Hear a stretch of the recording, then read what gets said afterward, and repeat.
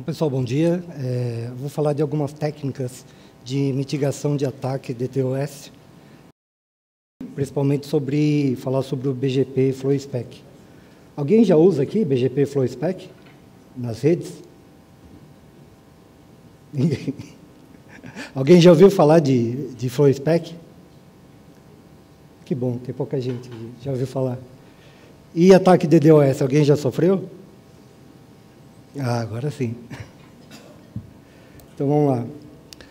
Para contextualizar, né, as redes, né, que nós temos hoje, esse aqui é um exemplo de uma rede de um grande provedor de serviço, onde nós temos vários tipos de serviço, né, sendo providos por esse ISP, onde nós temos aqui data centers, que podem ser do próprio provedor ou de terceiros.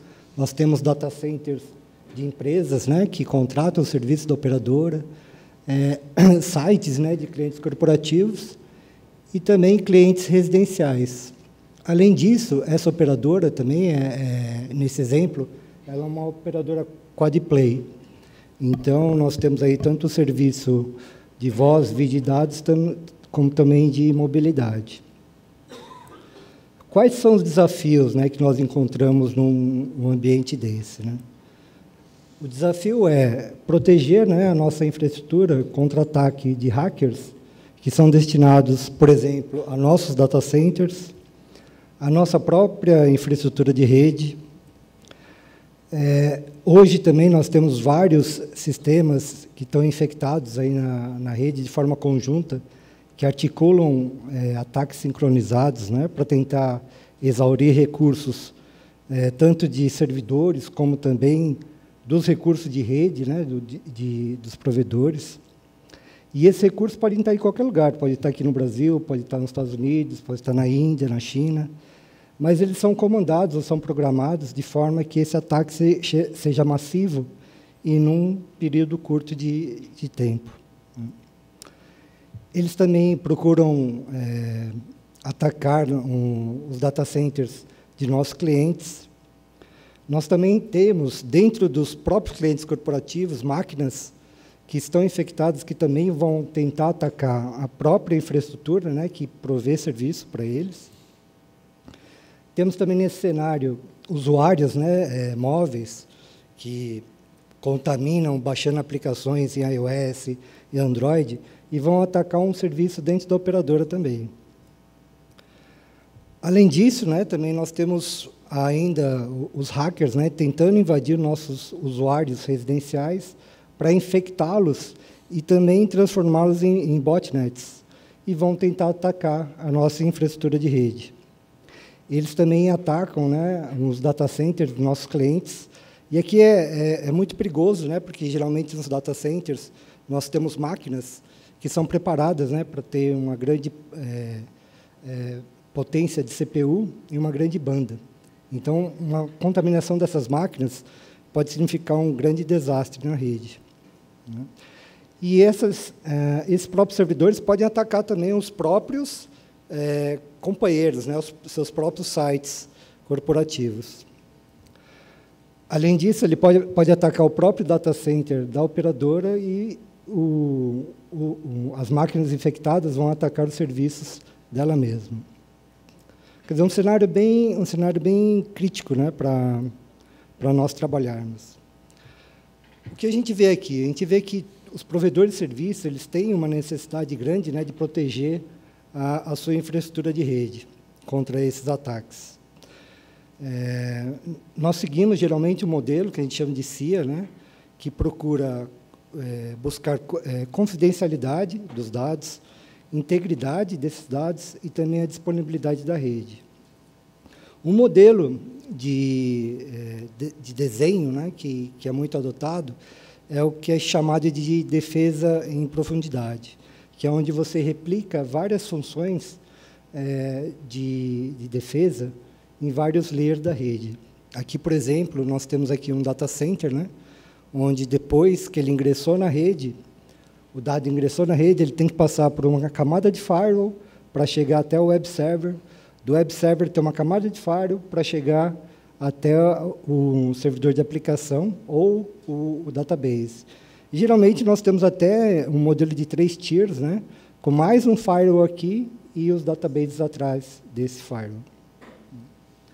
Outra coisa que nós buscamos também é aplicar funções de segurança em vários pontos da rede, como, por exemplo, os roteadores e os balanceadores de carga. Todos eles têm uma função para ajudar nesse sistema de defesa.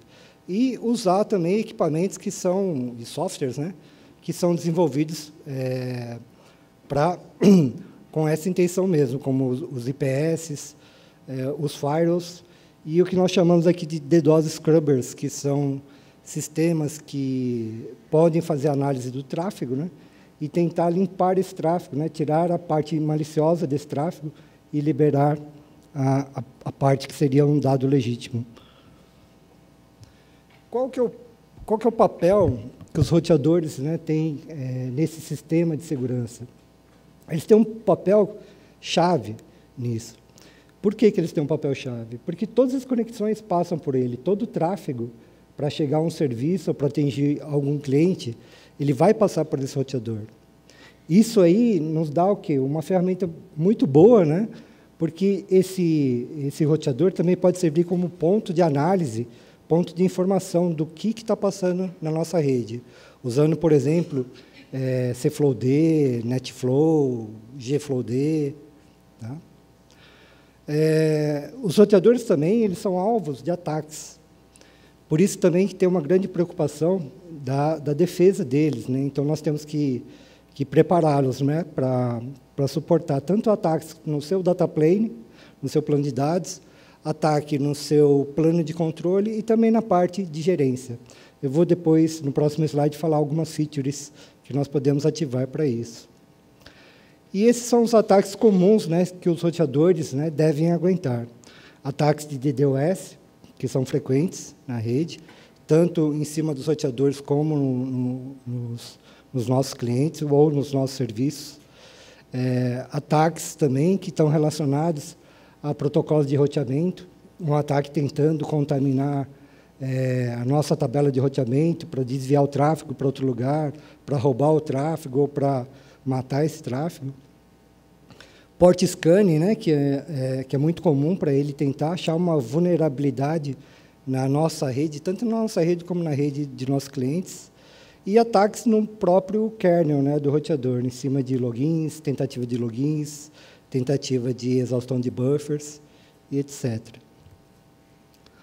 Algumas features, né, que nós podemos configurar, né, nos roteadores, não só nos roteadores, mas todo de dispositivo, né, que nós temos de switching de pacotes na rede. Seria, por exemplo, seguir a recomendação de Best Practice 38 do IETF, onde ele mostra alguns filtros de IPv4 e IPv6 que podem ser implementados na rede para bloquear tráfegos que não teriam que estar rodando na internet. Por exemplo, a RFC 1918, que tem endereços privados. Esses endereços não deveriam vir do seu cliente, né, para você, nem sair de você para o seu cliente. Usar também mecanismos como Unicast RPF, onde você evita ataques de IP spoofing, onde você não vai conseguir determinar qual usuário, né, que está te atacando. E processos como MAC Learning Protection, que limita a quantidade de MACs, por exemplo, que você vai aprender numa conexão. Ontem, o próprio Galvão aí mostrou, né, como os próprios roteadores do PTT, né, já tem uma grande quantidade de MAC, né, em algumas conexões, e alguns equipamentos podem não aguentar um momento de ataque, né. Outras medidas de segurança que podem ser configuradas também são relacionadas ao plano de controle e ao plano de gerenciamento. Então, por exemplo, nós podemos usar SSH ao invés de usar um simples telnet, né, que não é criptografado, para os roteadores, usar radios para autenticação e TACACs também para autenticação de comandos. Usar algumas features, né, que alguns vendors, né, implementam para proteger a CPU, para proteger as processadoras dos roteadores, né, contra ataques, contra floods de protocolos de roteamento, de SNMPs, e também usar algumas features relacionadas à proteção dos próprios protocolos de roteamento, tá?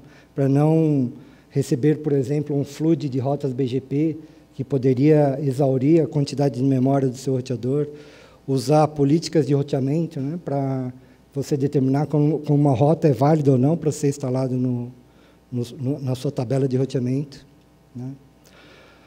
Agora, uma coisa interessante é que essas duas primeiras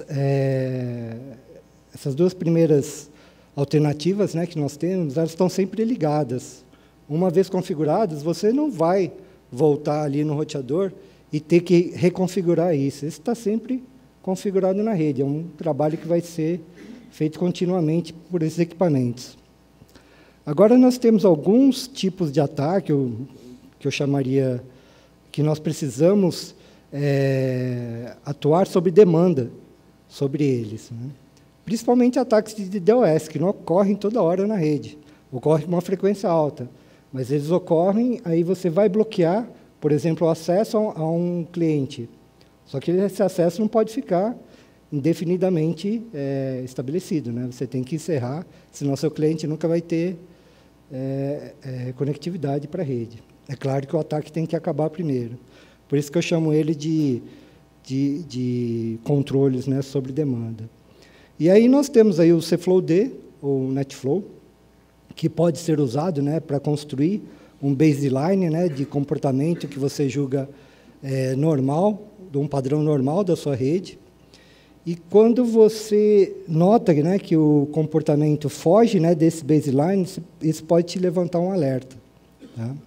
E o que vai te ajudar a detectar um ataque de DDoS, por exemplo. Outras features aqui que já estão implementadas há quase, acho que 10 anos já nos provedores, que são os Remote Triggered Black Holes, que seria você descartar o tráfego, né? E esse descarte pode ser tanto baseado no endereço destino, né, que é o endereço da vítima, ou baseado no endereço de origem, né, que seria o endereço dos atacantes. E agora nós temos a opção também do BGP Flow Spec, que ele funciona como uma espécie de ACL, só que é uma ACL que você pode usá-la de forma distribuída pela sua rede, tá? A gente vai falar um pouco mais dela na frente.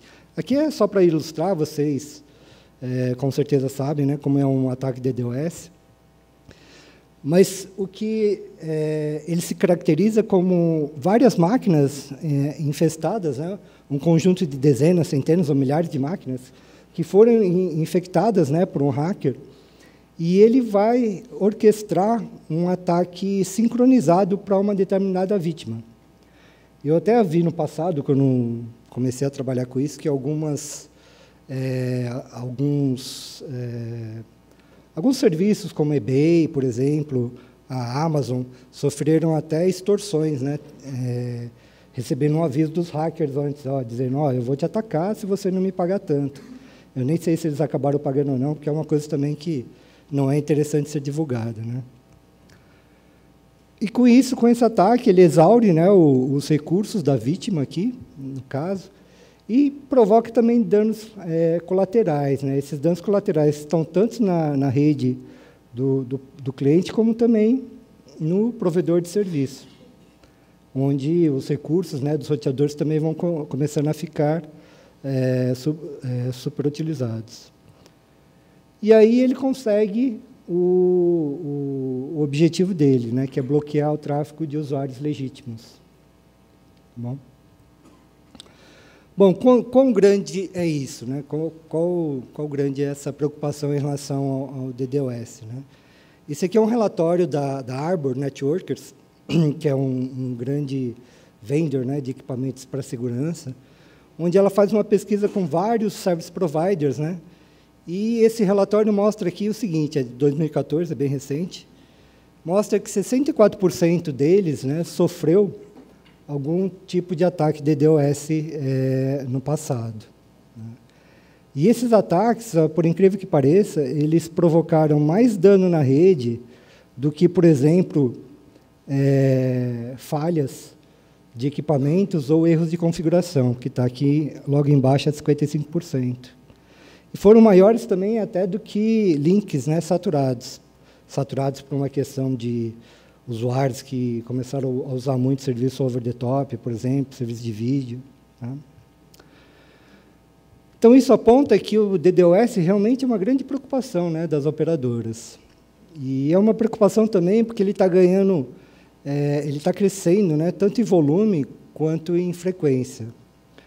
Em fevereiro, né, nós tivemos um ataque, né, que é considerado recorde aí entre os ataques de DDoS, que gerou, no horário de pico, 400 gigabits por segundo de tráfego em cima de servidores NTP, servidores de relógio de rede, né, que provém clock, né, sincronização para os servidores, para os próprios roteadores. Isso foi em fevereiro desse ano. Superou, eu acho que 100 GB o último ataque que aconteceu. A frequência dos ataques também está aumentando. Alguns provedores aqui, eles relataram mais de 100 ataques, né, mensalmente. E 1/3 dos clientes, né, que receberam a pesquisa, que são data centers, reportaram que eles sofreram ataques, né, exaurindo a sua capacidade de banda. Bom, o que a gente pode fazer, né, em relação a isso? O black hole, né, que já tem sido usado há algum tempo, né, como te disse, ele pode ser tanto usado para bloquear baseado em endereço de destino como em endereço de origem. Aqui no caso, esse primeiro caso, ele vai estar baseado, a gente vai mostrar ele baseado no destino. O destino, então, seria o endereço da vítima, né, o endereçamento IP da vítima. Nós configuramos algumas rotas que são pré-configuradas nos roteadores de borda. Essas rotas apontam para um buraco negro, para um limbo, né? Não aponta para lugar nenhum. Na verdade, esse pacote vai ser descartado. Só que essa regra, ou essa rota ainda não está ativa. Ela vai ser ativa por um sistema de gerenciamento que vai detectar essa falha, vai verificar qual é a vítima, né, que está sendo atacada, e vai disparar um update. Esse sistema pode estar tanto na casa do cliente como na própria operadora. Esse anúncio, chegando, então, na borda da rede, ele vai fazer com que essa rota para o limbo, seja válida. E aí nós vamos descartar todo o tráfego que estava indo para a vítima. O problema aqui é que o hacker realmente atingiu o seu objetivo, né? Ele queria tirar a vítima fora do ar, e aí ele tirou mesmo. Ninguém vai conseguir chegar na vítima, né?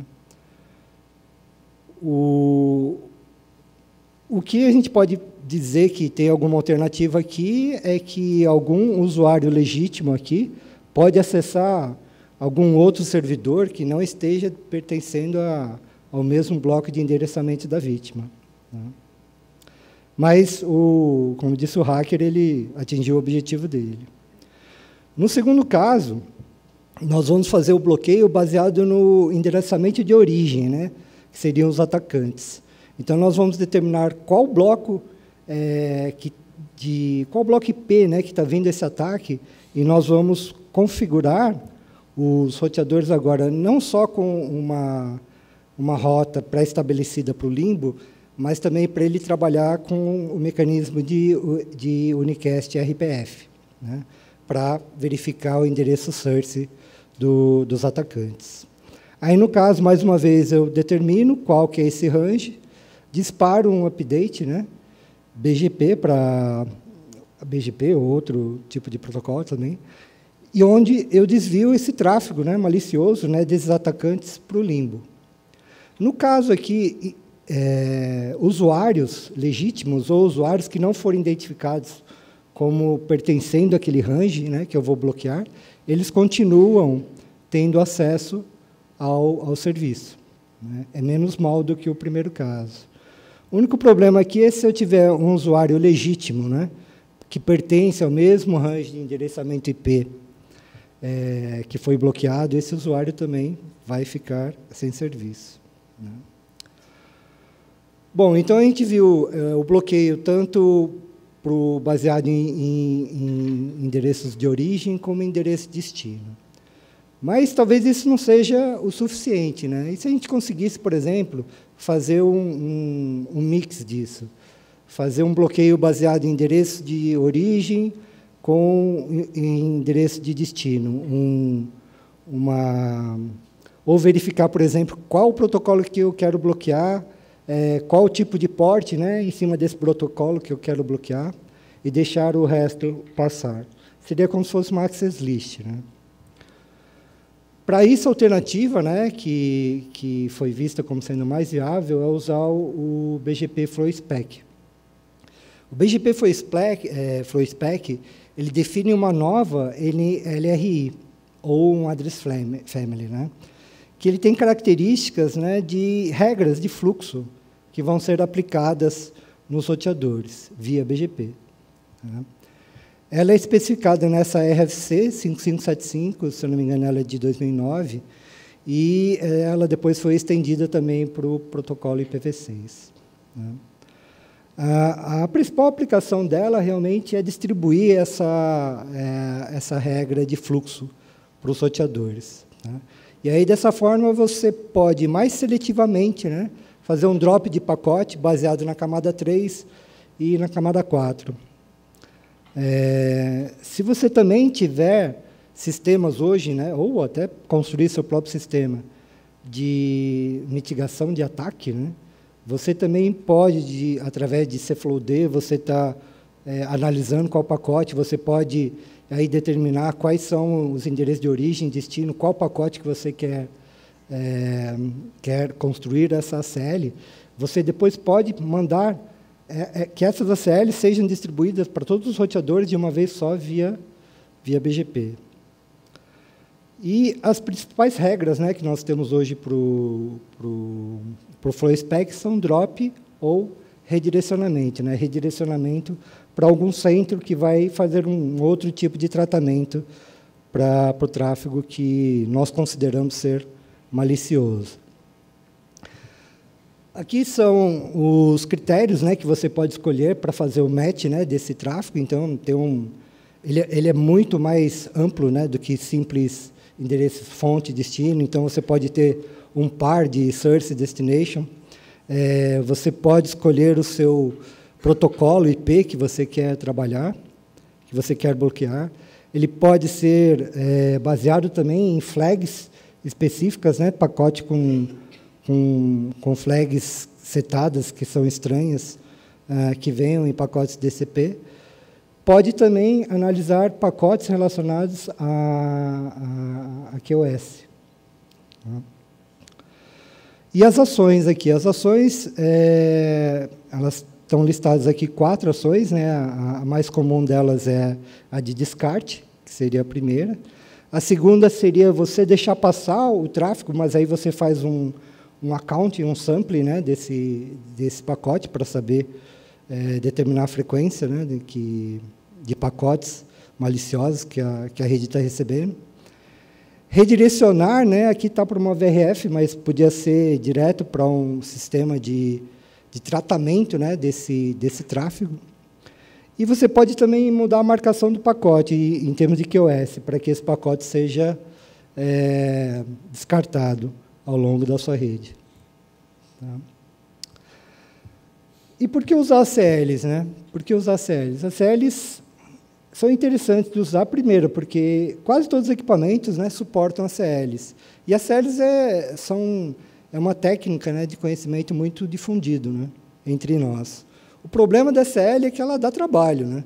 Ela dá trabalho você entrar em cada roteador e configurar, ela dá trabalho entrar em cada roteador e apagar a regra, dá trabalho de você fazer manutenção nessa ACL quando muda o tipo de ataque ou a característica do ataque.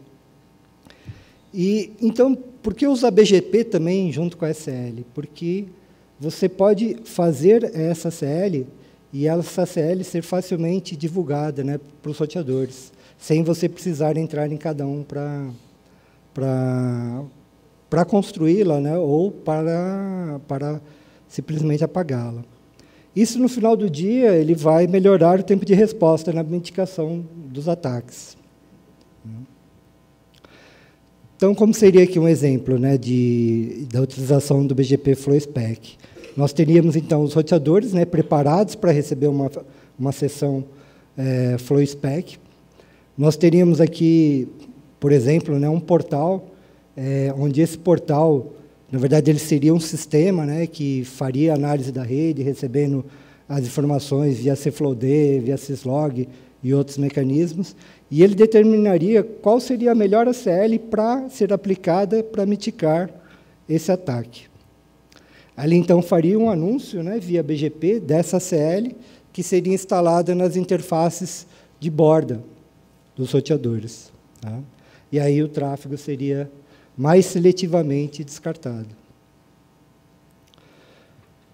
Outra aplicação, outro uso, né, que é muito comum para o BGP FlowSpec, é quando você quer desviar esse tráfego para um centro de tratamento, ou um centro de limpeza. Existem sistemas, né, que recebem esse tráfego, que você não tem certeza se ele é malicioso ou não, e ele vai fazer uma análise mais profunda, o que a gente chama de DPI, Deep Packet Inspection.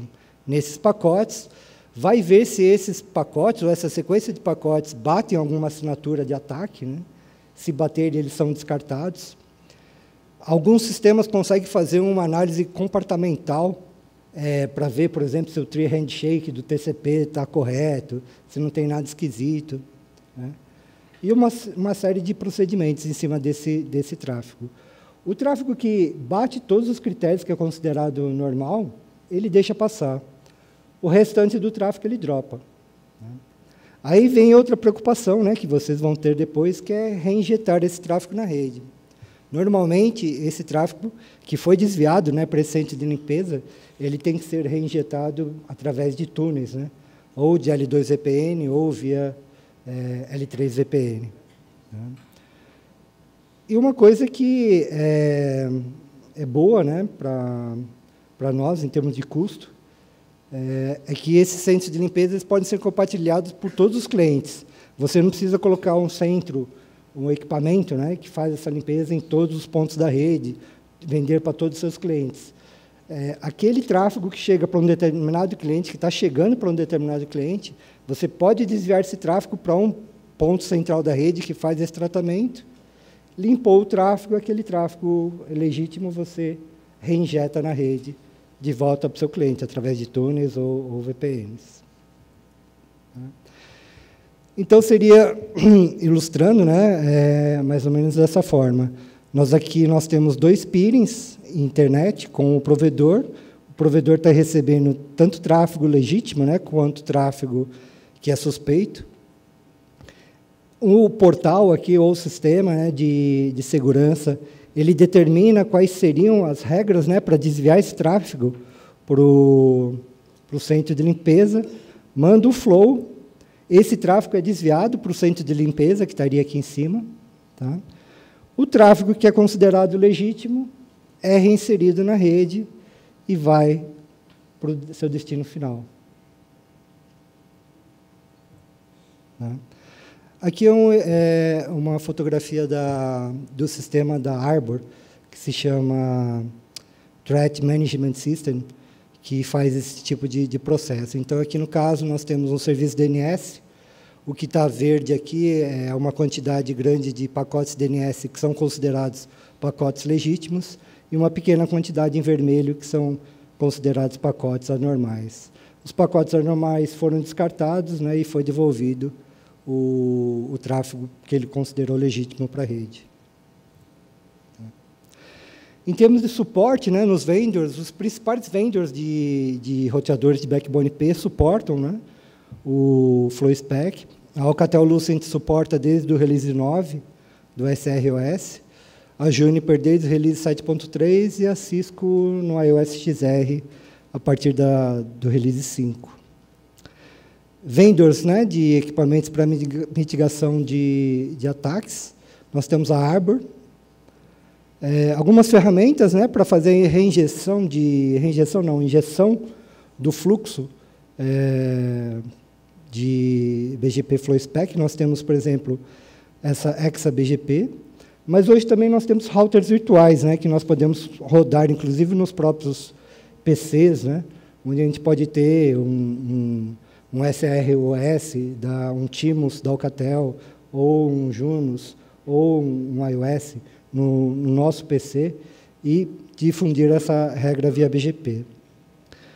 Aqui nós não temos muitos exemplos, né, de usuários, né, que usam, né, o Flow Spec, porque também ninguém fica divulgando muito, né, quais são os métodos, né, que ele tem de mitigação de DDoS. Os que nós temos reportados aqui publicamente é a Time Warner, né, que é um grande provedor nos Estados Unidos, e a RNP, aqui no Brasil.